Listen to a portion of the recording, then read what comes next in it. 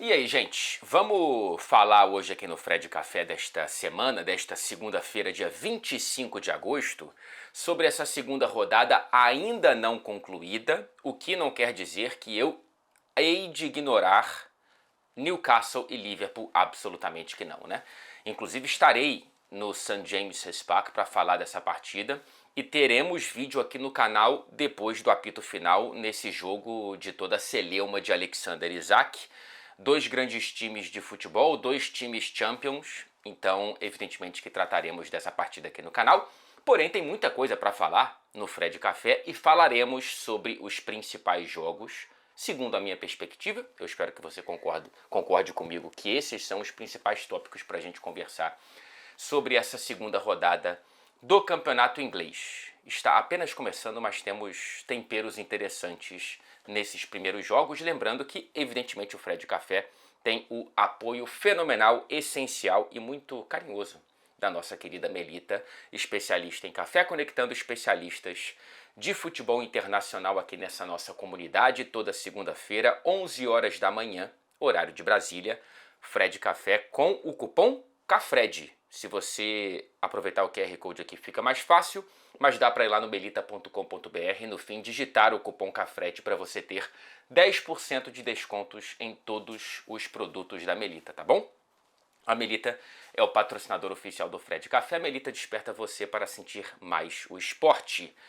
Começaremos, não de propósito, mas por acaso, em ordem cronológica. Começamos com o jogo de sexta-feira, o atropelo sem dó nem piedade do Chelsea para cima do frágil, preocupante, desesperador West Ham. Cara, a quantidade de atropelos históricos largos, cheios de gols dos adversários nos últimos tempos para esse West Ham é uma coisa para colocar essa torcida como uma das mais sofridas dentro dos times Premier, dos times que não caem ou que não caíram nos últimos anos.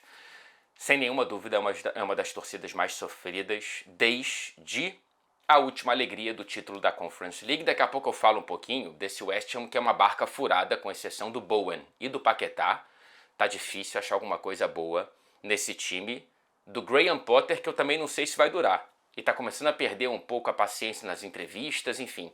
É um clima muito esquisitinho, tá? Muito esquisito e muito tóxico já nesse começo de temporada. Tão pouco aconteceu e a paciência já foi pro cafundó de Judas, como diria a minha querida minha avó, e a sua também muito provavelmente. Aqui, vamos falar do time vencedor, vamos falar desse animador Chelsea, porque por mais que haja o contra-argumento, é só o West Ham, esse Chelsea ele já vem dando sinais de melhora, de evolução e de uma sensação de que pode dar um pulo para ser um time que pode brigar por coisas grandes nessa temporada. Ainda teremos que checar e testar o poder da consistência desse Chelsea para entender se ele tem possibilidade de fato brigar pelo título da Premier League. Mas eu tenho poucas dúvidas de que o Chelsea tem desde já, um potencial muito grande de ser um grande time em Copas. Porque é capaz de fazer grandes partidas, como fez contra o PSG na final da Copa do Mundo de Clubes e agora contra esse West Ham, que, enfim, foi um show de bola do Chelsea, com exceção dos primeiros minutos ali em que o West Ham acha um gol, basicamente numa combinação de talento de Lucas Paquetá e da vulnerabilidade, mais uma vez, do goleiro do Chelsea, o Robert Sanchez. Um chutaço do Paquetá, um golaço lindo demais. Parabéns para o brasileiro que comemorou com, imagino que com muito alívio, com muita alegria por conta de toda esses últimos, tudo que ele enfrentou nos últimos anos e que agora está mais leve depois de escapar de um banimento, né? Que seria a única pena possível caso culpado. Mas enfim, facilitou um pouquinho a insuficiência técnica do goleiro do Chelsea. Já falei aqui algumas vezes nas minhas redes sociais, não dá para você ser campeão da Premier com Robert Sanchez no gol. E esse é um dos principais problemas do Chelsea. Fred, ele fez uma grande partida contra o PSG. É verdade. Mas aquilo ali é exceção. Isso que o Sanchez fez contra o West Ham é mais a regra do termômetro apresentado até aqui na carreira do não mais jovem goleiro espanhol do Chelsea. Então, assim, eu acho que é um problema que o Chelsea não quis resolver. Vendeu o Petrovic, não tem ninguém aparentemente com condições suficientes, nem mesmo na cabeça do Maresca, de ameaçar a posição do Sanchez dentro do Chelsea, e não estão procurando nada no mercado. Então, assim, se for com o Sanchez, como parece que vai, eu realmente terei sempre um pé atrás com as condições do Chelsea de brigar pela Premier League, especialmente, que é quando você precisa de consistência. Pelo menos, para a sorte do Sanchez e para a sorte do Chelsea, é o tipo de jogo que dá para você correr atrás e é o tipo de elenco que compensa muito com o poderio ofensivo. O brasileiro Paquetá brilhou, mas tivemos outros toques brasileiros, especialmente do lado do Chelsea. O mais chamativo, por ser uma grande novidade, envolvendo um grande nome e uma grande promessa do nosso futuro e já presente, foi a titularidade do Estevão, a primeira titularidade dele com a camisa do Chelsea, evidentemente a primeira na Premier League, e uma titularidade surpresa, de última hora, porque foi no aquecimento que Cole Palmer sentiu um problema que ele já vinha sentindo há alguns dias, de acordo com o próprio Maresca, e aí ele, que seria titular, foi tirado do time por conta de mais precaução do que de lesão, pelo menos é essa a informação até a gravação desse vídeo. Se mudou, por favor, adicione nos comentários aqui do Fred Café. E aí tivemos o Estevão sendo colocado no time titular de surpresa. E assim, bicho, 18 anos de idade, país novo, idioma novo, novo treinador, liga nova, novos companheiros, sem entrosamento, toda a pressão, né? Toda a pressão, a tensão, misturado, claro, com, imagino, uma ansiedade positiva, né? A vontade de fazer diferença e substituindo o craque do time. É por isso tudo que eu entendo quando o Estevão recebe o troféu de melhor em campo. E para explicar para você como que é feito essa votação, é uma votação única, escolhida pelo comentarista da transmissão da TV inglesa que está transmitindo o jogo em questão. Nesse caso foi a Sky Sports, o comentarista da Sky Sports, que me foge o nome aqui, não é um dos mais famosos, você não vai provavelmente conhecer, era um ex-goleiro do West Ham e do Chelsea, se não me engano. Ele escolheu o Estevão por conta desse contexto misturado com a atuação. É claro que o mais decisivo foi outro brasileiro, foi o João Pedro, eu já chego nele. Mas considerando esses contextos que poderiam fazer com que o Estevão tivesse entrado em campo tímido, pesado, um pouco receoso, cara, ele entrou muito leve, se apresentando o tempo todo para o jogo, pedindo bola, driblando, perdendo, tentando fazer alguma coisa e não sendo apenas mais um. A bola não queimava no pé e ele não se escondia quando poderia aparecer para o jogo e recebeu muitos passes dos companheiros do Chelsea, uma relação já de uma confiança inicial, ele lidando com tentativas de intimidação dos adversários, né? Um moleque entrando em campo, o marcador vai tentar dar aquelas mordidas de vez em quando, aqueles empurrões, para ver se consegue entrar na cabeça do moleque, e o Estevão não se intimidou. Muito positiva a atuação, que teve inclusive assistência. Uma bela jogada individual do Estevão, costurando ali pelo meio e arrancando para passar para o meio da área para o Enzo Fernandes fazer um dos gols do Chelsea. E ele quase faz o próprio, com um belo lançamento do Reece James no segundo tempo. Ele perde o gol, né? Ele acho que dá mais toques e, enfim, não conseguiu aproveitar essa chance. Mas tivemos um Estevão muito participativo, com uma assistência para própria conta na estreia. Inclusive, é o jogador mais jovem da história do Chelsea a estrear com uma assistência na Premier League, ou a dar uma assistência na Premier League, se eu não estou enganado. E aí a tendência é que ele continue recebendo minutos, o que já é bem mais do que eu esperava, tá? Assim, para o Estevão ser o cara que o Maresca olhou para o banco e pensou, eu quero que ele substitua o Palmer, eu acho muito interessante. Primeiro que já parece que o Estevão é meio que a sombra do Palmer, né? Em termos de encaixe no time, o Maresca já deu a entender isso. Então eu acho que ele de fato é o substituto imediato do Palmer, além de poderem jogar juntos, evidentemente. Mas eu estou realmente bastante positivamente impressionado com esse começo. É apenas o começo, não tem oba-oba, mas também há um reconhecimento de receber as chances e aproveitá-las. Vamos esperar para ver o boletim médico do Cole Palmer. Mas a tendência, portanto, é que a gente veja o Estevão frequentemente em campo, mais como reserva do que como titular. Porém, se ele seguir nessa toada, ele pode aumentar ainda mais essas participações. O mais decisivo, retomando o raciocínio anterior, sem dúvidas foi o João Pedro com 1 gol e 2 assistências, jogando como 10 atrás do Liam Delap. Né? Então os dois podem sim jogar juntos, mas não como uma dupla de atacantes, em si como o João Pedro sendo o que ele era para o Welbeck no Brighton. E a gente já viu várias vezes e já projetava ele fazendo isso no Chelsea. Então essa versatilidade que se une com a técnica, a projeção. O João Pedro ainda não é um produto final, ele está melhorando e ele já está sendo muito, muito, muito marcante, muito decisivo, com potencial de ser a grande estrela do time, tá?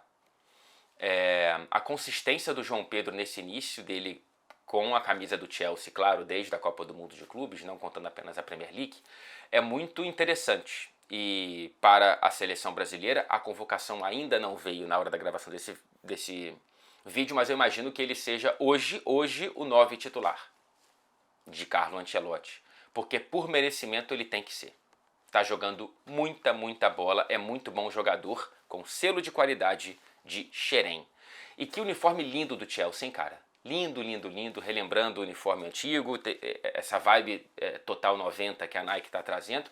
Uma pena que esse patch da FIFA ficou horroroso.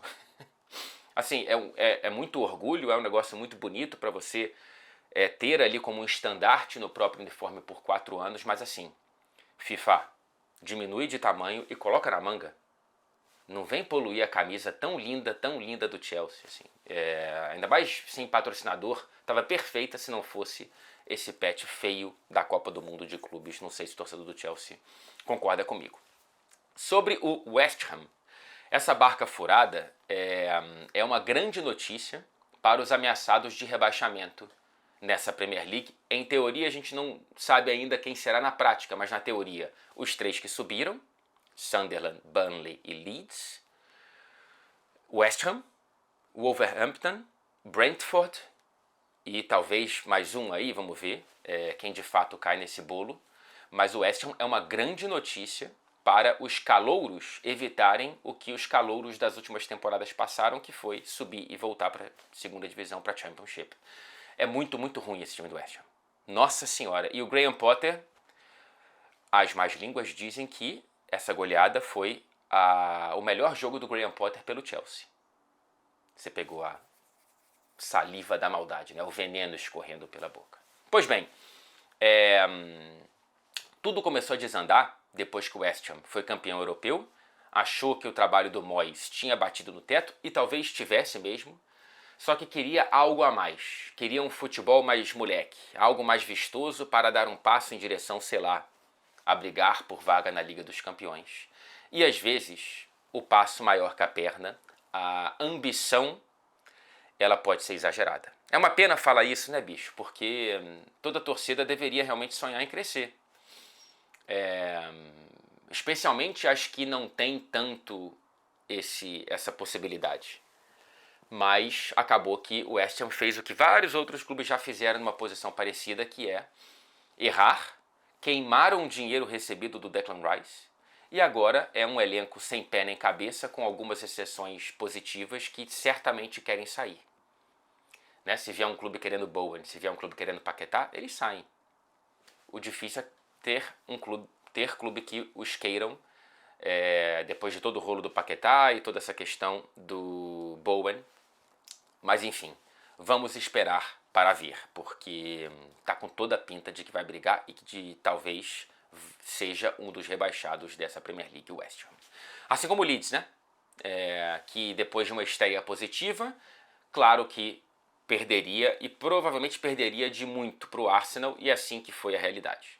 Então, acho que não piora a percepção desse Leeds, porque qualquer coisa muito diferente disso seria uma surpresa. Arsenal 5, Leeds United 0. O primeiro clicar de Gyökeres, que fez a tradicional celebração dele. Depois de muitas críticas nas primeiras impressões desde a pré-temporada, especialmente na vitória em Old Trafford, que eu entendo, a crítica tem que ser feita porque ele jogou mal, e eu as fiz aqui no canal, Mas evidentemente que tem muita gente que exagera e que vai pintando como se já fosse uma tragédia, que o Gyökeres ele não vai dar certo. Não sei. Temos que esperar para ver. Mas me lembrou, né, um pouco as piadas que fizeram quando o Haaland estreou com a camisa do Manchester City na Supercopa da Inglaterra anos atrás. Eu estava nesse jogo que foi no King Power Stadium, estádio do Leicester, não foi em Wembley, por uma obra em Wembley, não lembro, ou era outro evento, enfim.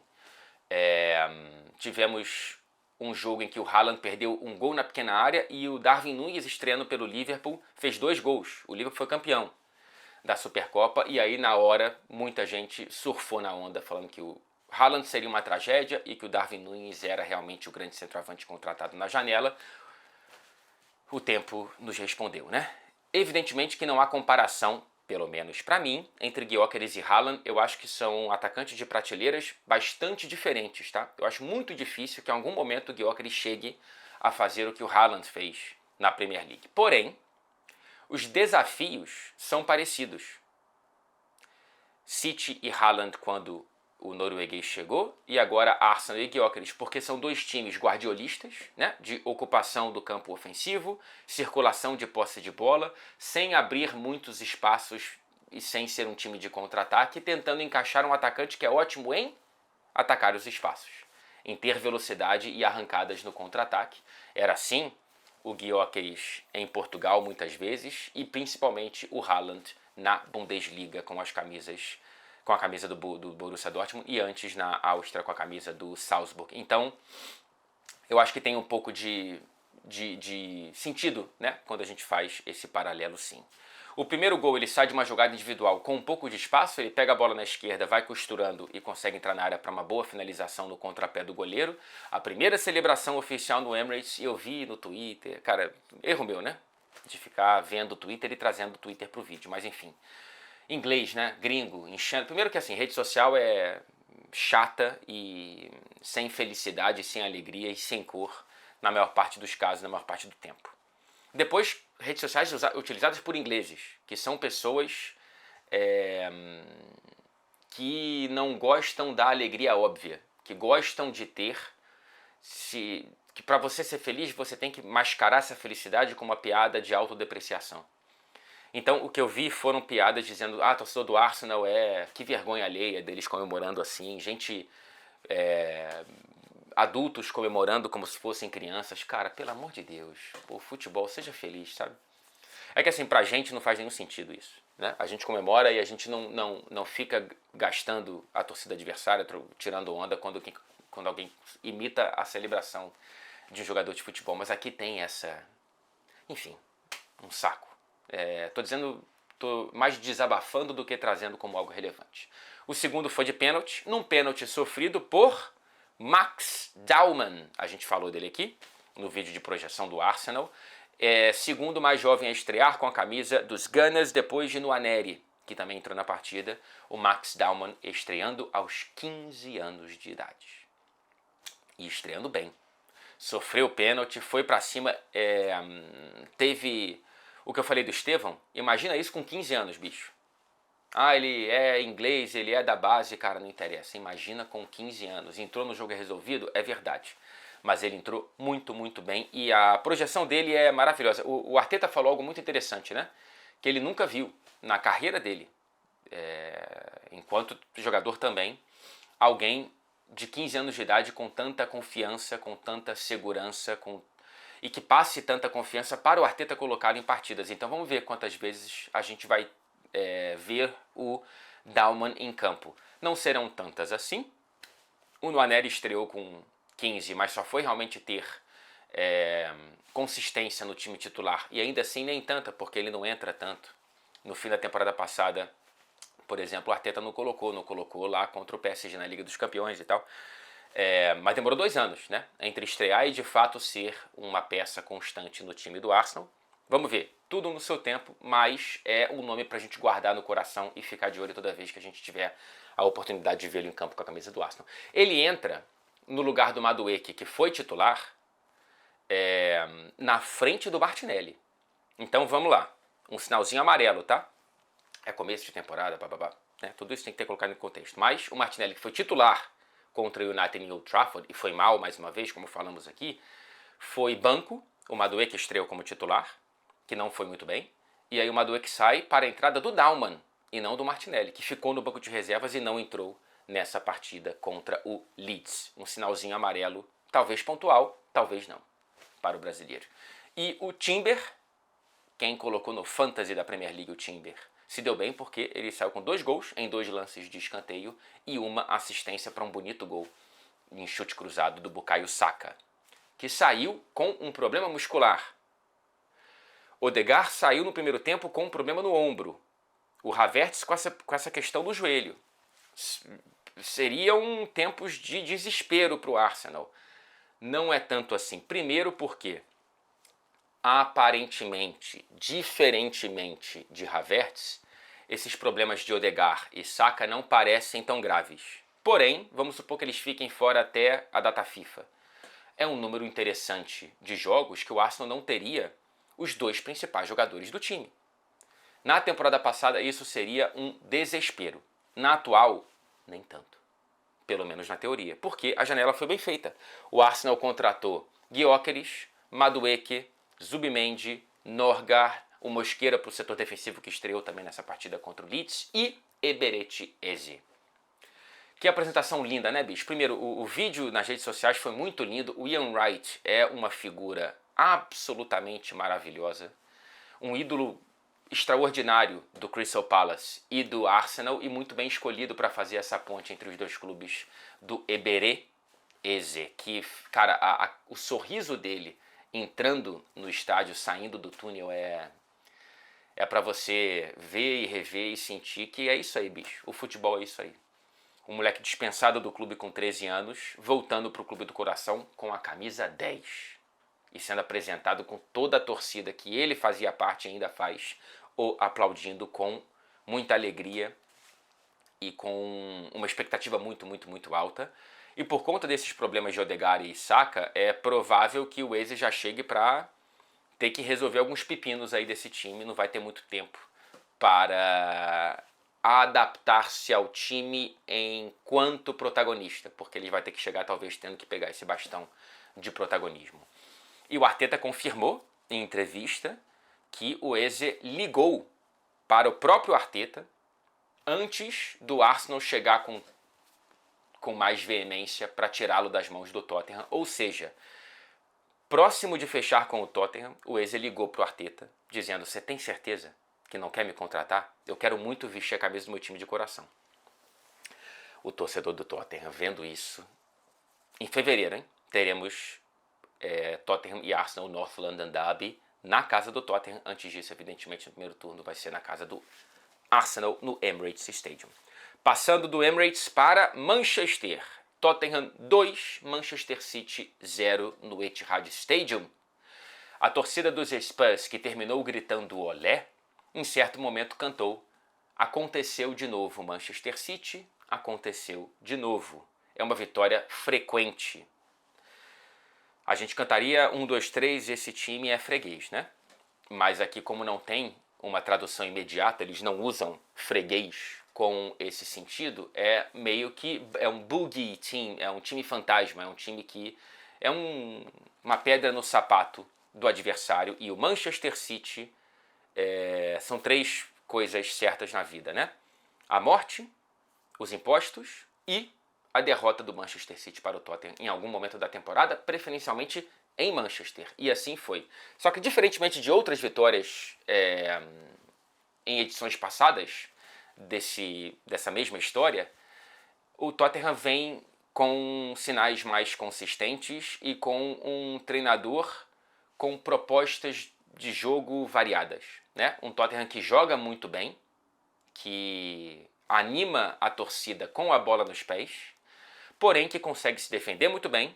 2 jogos sem sofrer gols, ainda não sofreu nenhum gol nessa Premier League, se adapta ao adversário, se adapta aos momentos do jogo e conseguiu, por exemplo, me surpreender inicialmente, e a muita gente também, não sei a você, porque ao contrário do que muitos esperávamos, o Tottenham não foi enfrentar o Manchester City com uma linha defensiva de 5, como fez contra o PSG na Supercopa da Europa. foi no que eu acho que vai ser o padrão dos Spurs nessa temporada, como foi do Brentford, do 4-2-3-1, sem o Kevin Danso, portanto, e com o Brennan Johnson ali na frente, o que, na minha cabeça, poderia ser um tiro no próprio pé, expondo muito esse Tottenham, mas não vimos isso.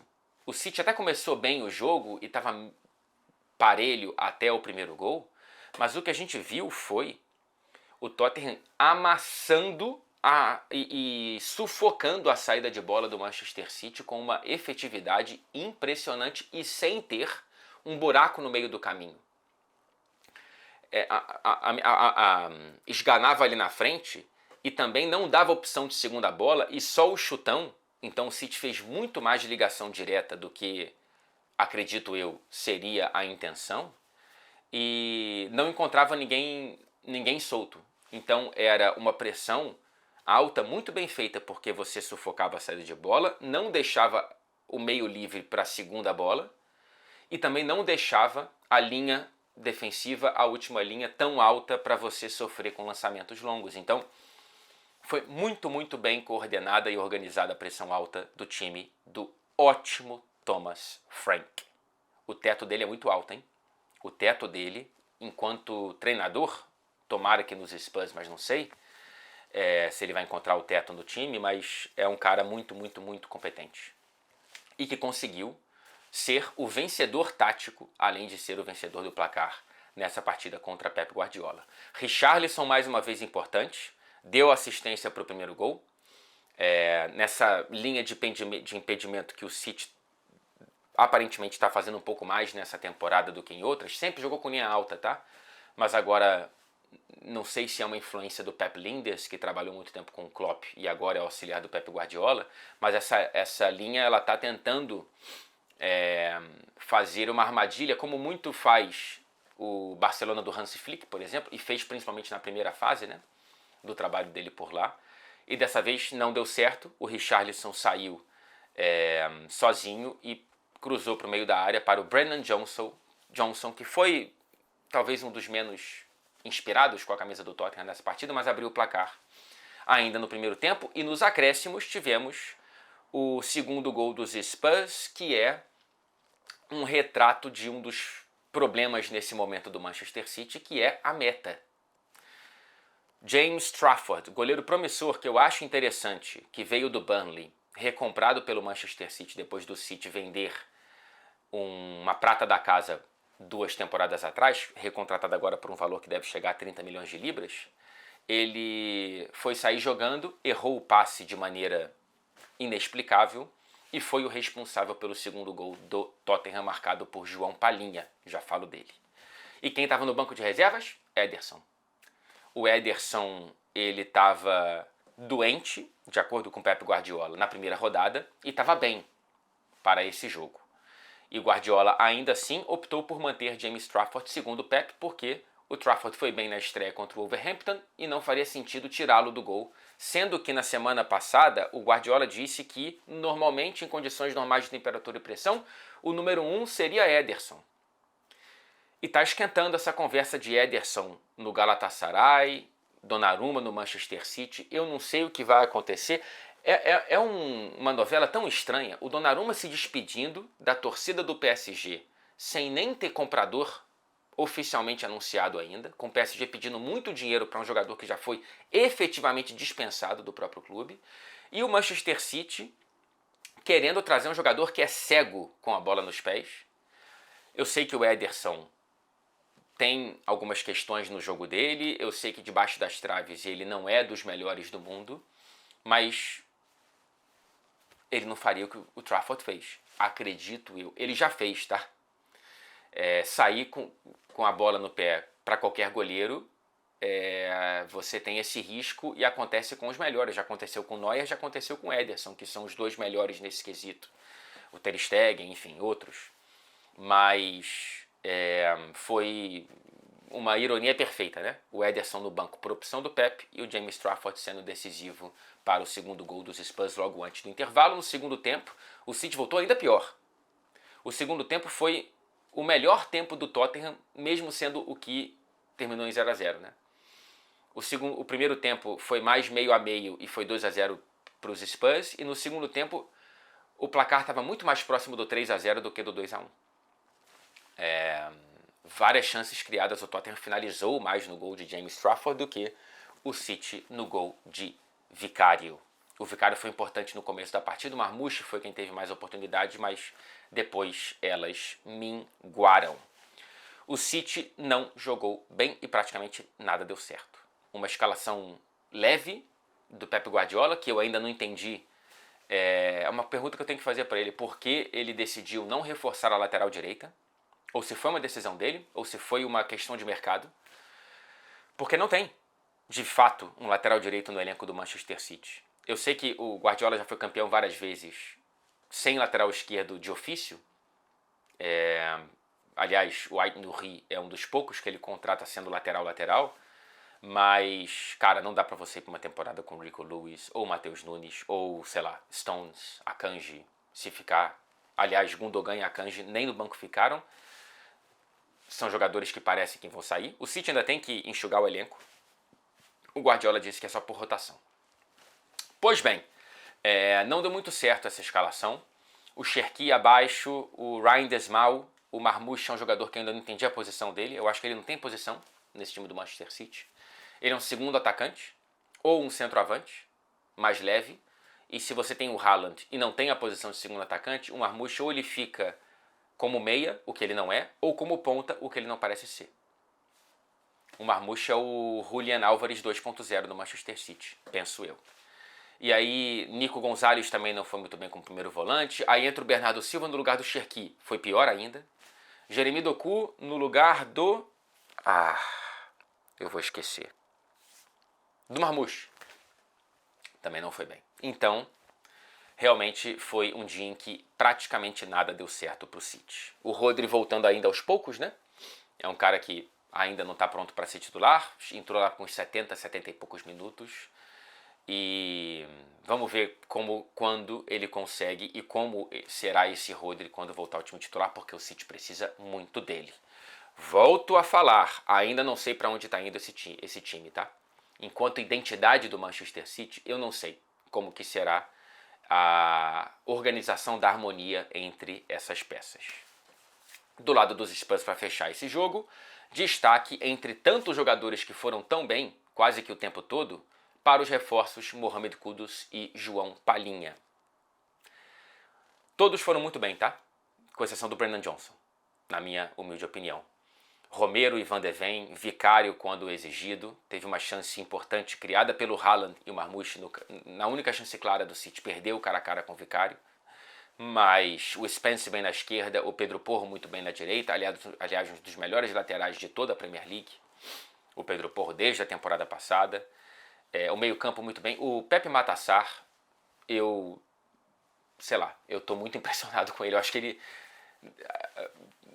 nos 3 jogos que eu vi dele nessa temporada, eu fiquei embasbacado.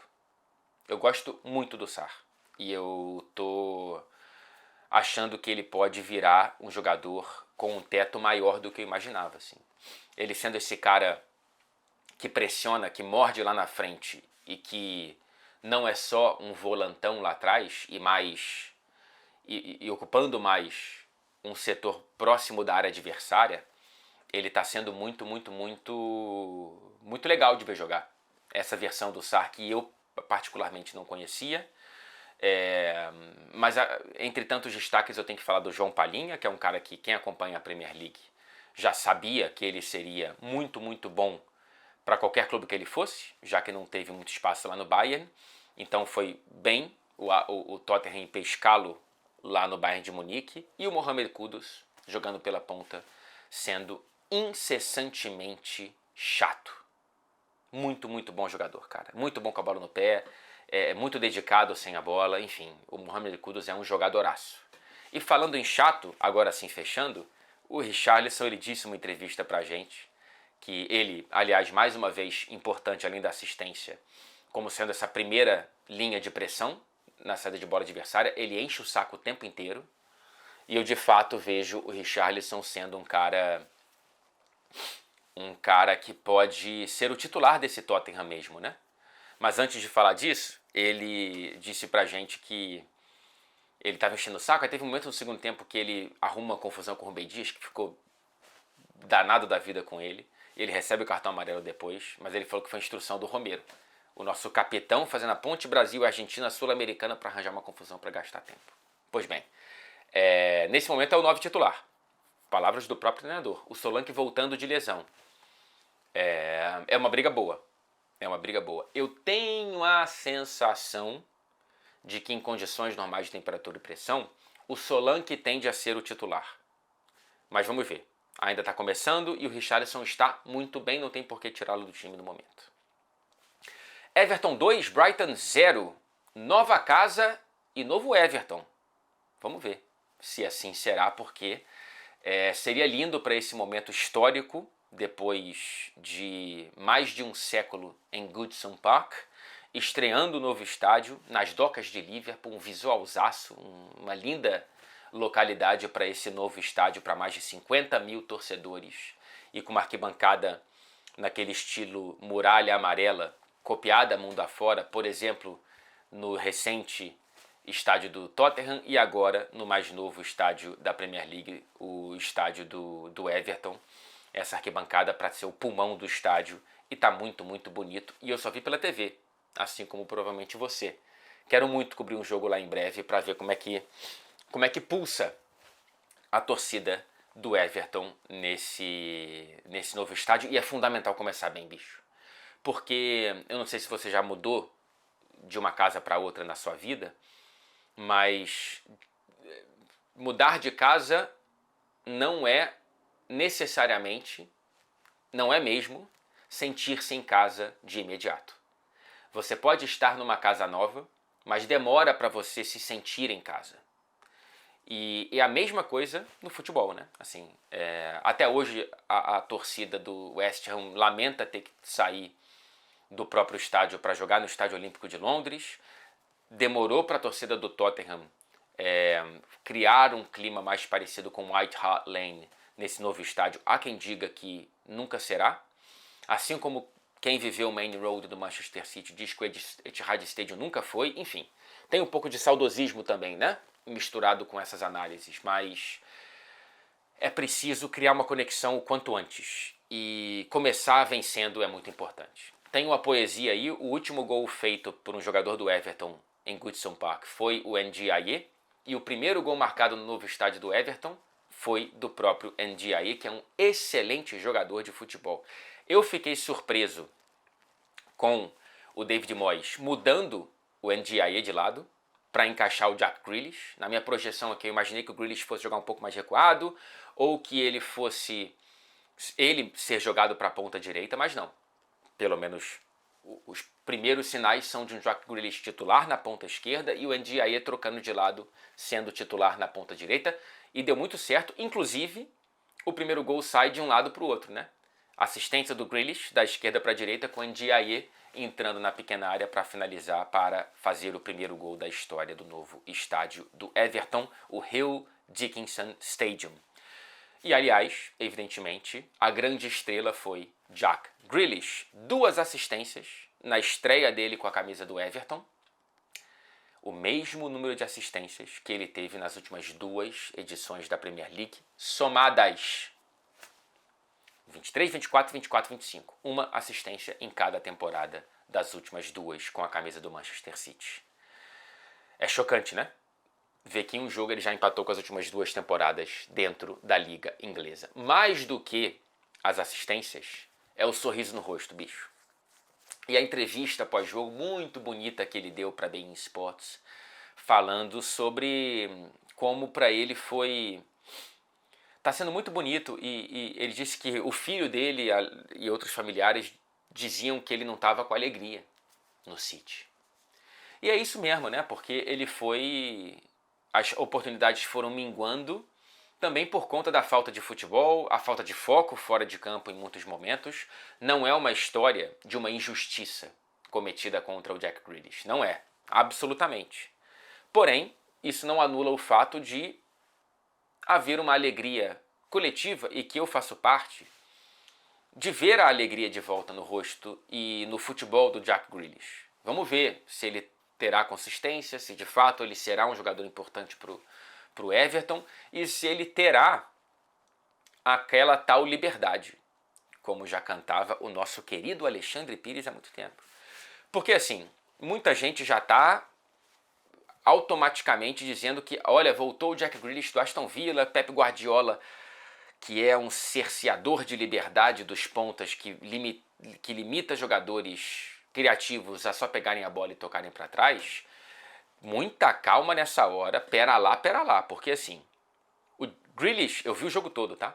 O Grealish, que deu 2 assistências contra o Brighton, foi muito mais o Grealish do City do que o Grealish do Aston Villa. Preso na ponta esquerda, não sendo um cara que flutua ali pelo campo como ele flutuava pelo Aston Villa. E uma das assistências é o Jack Grealish pegando a bola na ponta esquerda e rolando para trás, para um chutaço do James Garner, que aliás é um bom jogador do Everton. Um dos tantos bons jogadores, tantos não, né? Mas um dos bons jogadores que esse Everton tem. Vamos ver como é que vai ser esse Everton nessa temporada, mas essa vitória é muito importante. Eu ainda não me animo tanto, não. O Moyes precisa de muitas contratações para fazer com que esse time dê um passo à frente em relação às temporadas passadas. Mas voltando.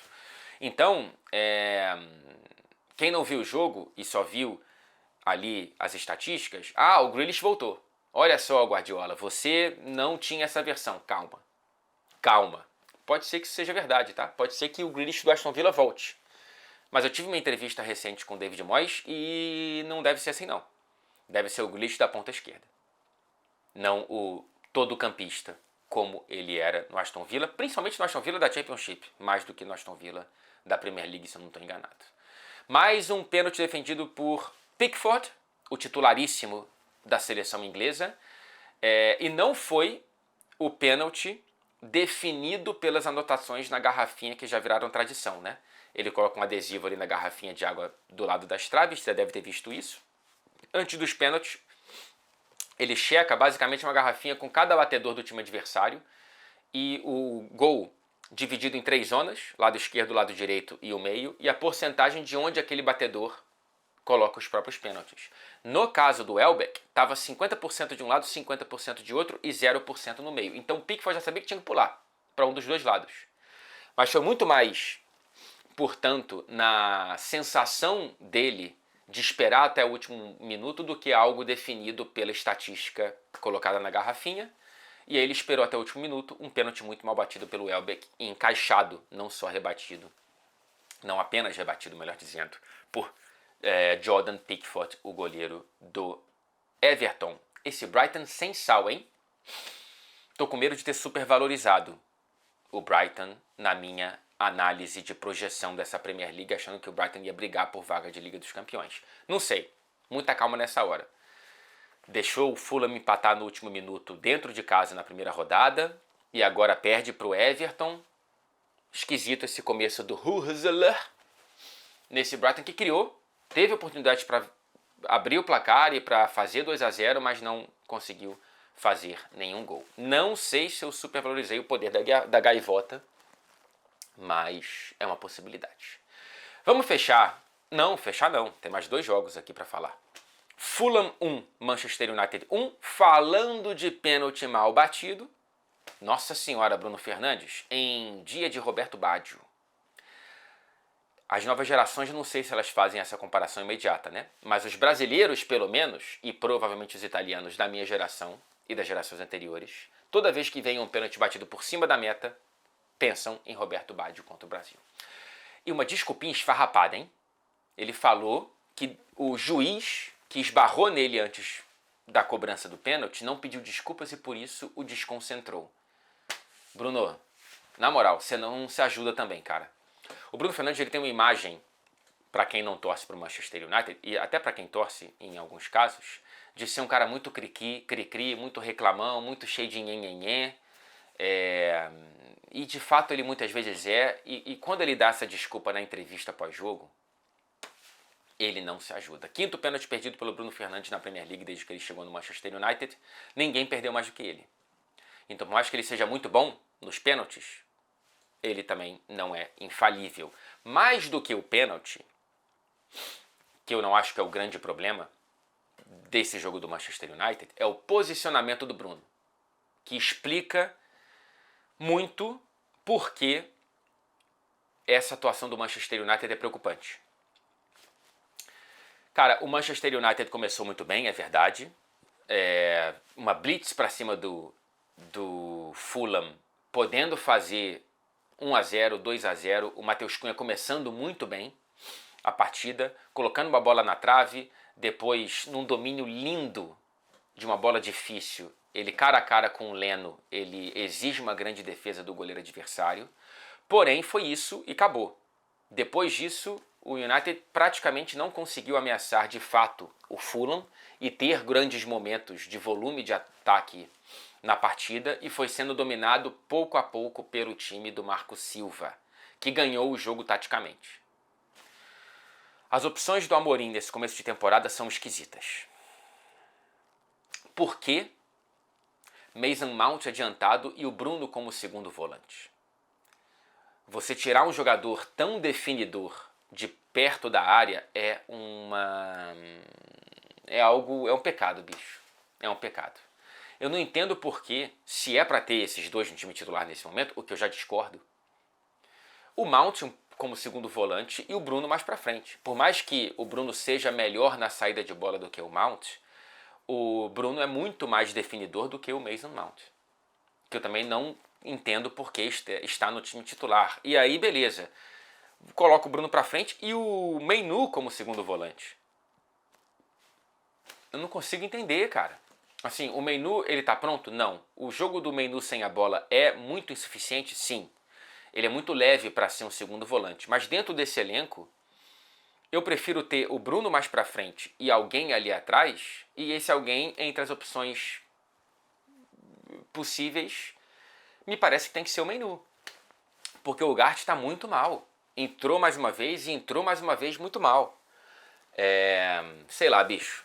Sei lá, eu tô achando essas opções para esse meio campo frágil do Manchester United esquisitas. Não gosto do posicionamento do Bruno e não gosto da opção pelo Mason Mount. Não gosto de nem colocar o Mainoo em campo. Mais uma vez não saiu do banco de reservas. Por que tirou o Diallo para colocar o Diogo Dalot? Também não entendi. Por que dois zagueiros entram? O Heaven e o... Heaven e o Maguire. E ele não tirou nem o Zirkzee do banco? E por que não pensar num 4-3-3? O Xabi Alonso está fazendo isso no Real Madrid, Rubem. Por que ter só esse sistema como plano A e plano B e plano C?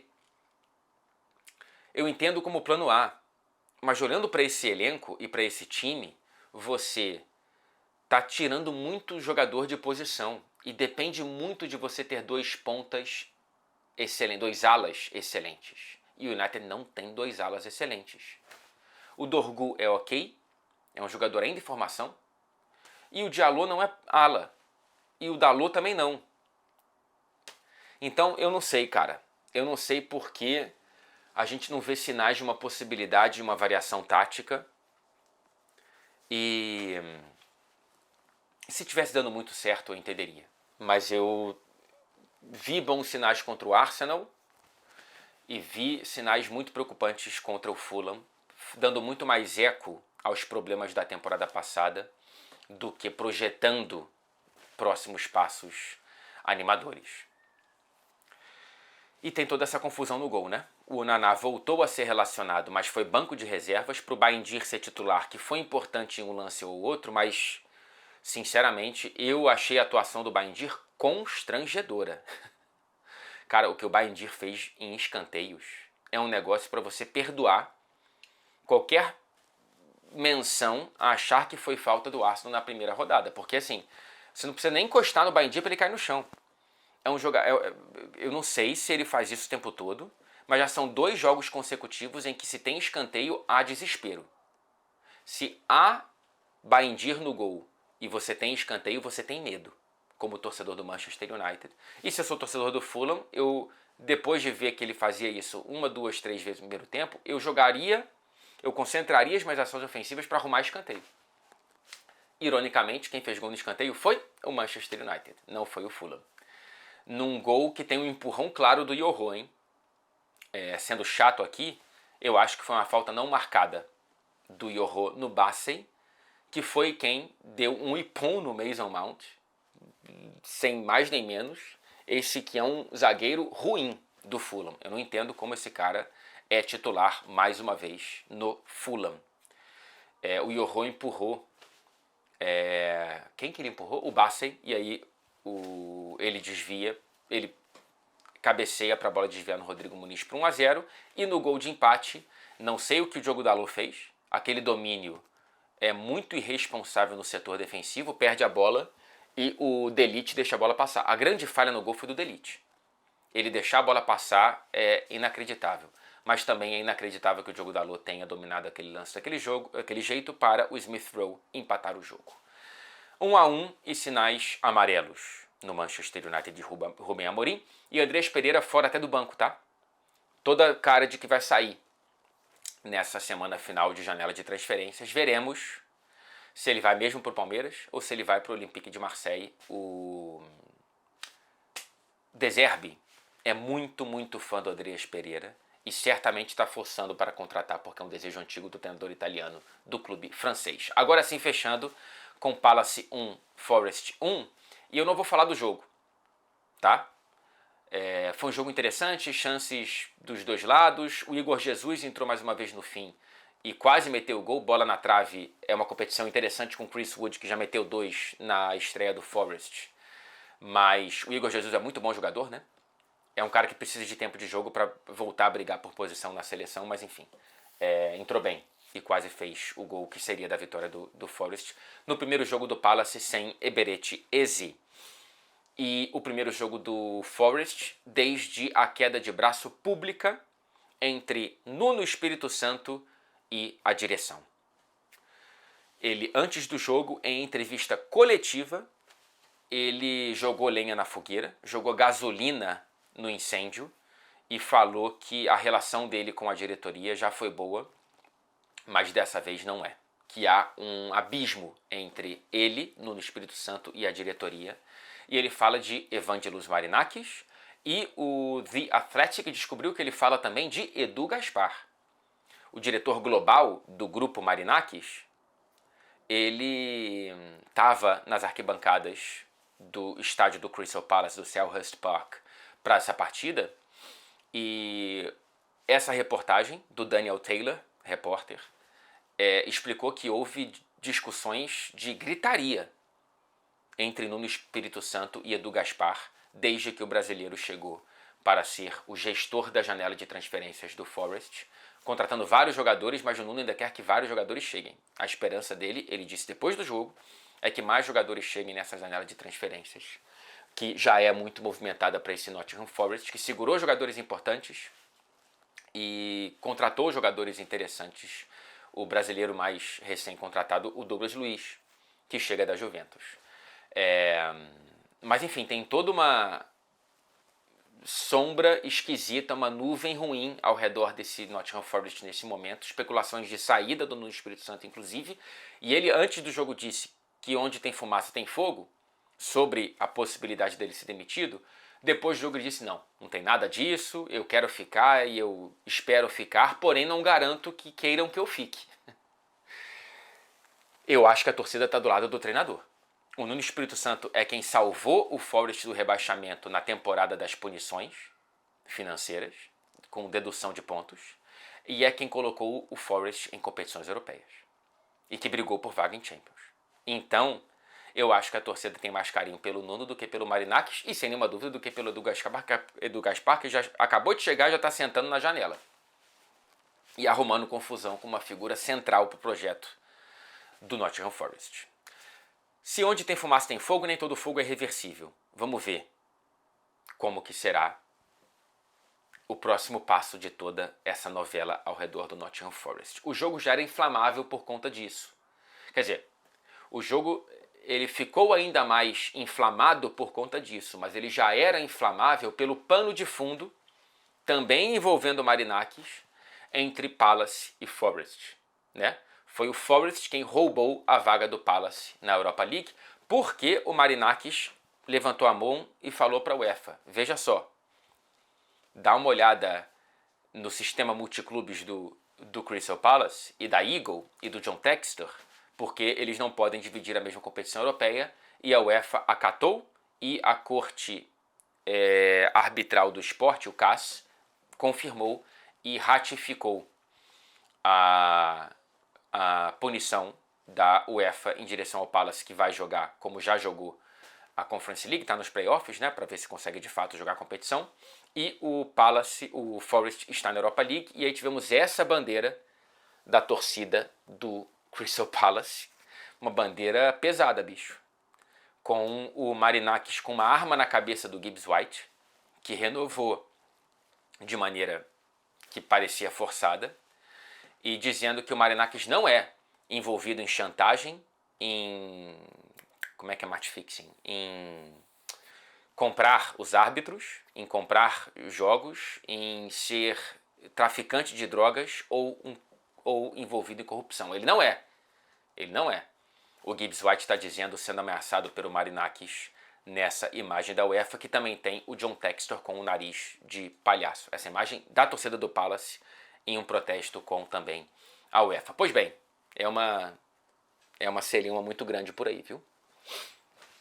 É uma confusão muito bem representada e representada nessa bandeira da torcida do Crystal Palace, que está corretamente revoltada, né? A FA evidentemente está investigando isso aí e o Palace pode acabar punido, ou pelo menos a torcida, vamos ver no que isso vai dar, mas está aí o protesto dos torcedores do Crystal Palace contra o Marinakis e contra também o John Textor, que já saiu do clube, mas saiu tarde demais e o clube acabou punido. É isso, minha gente. Até daqui a pouquinho, né?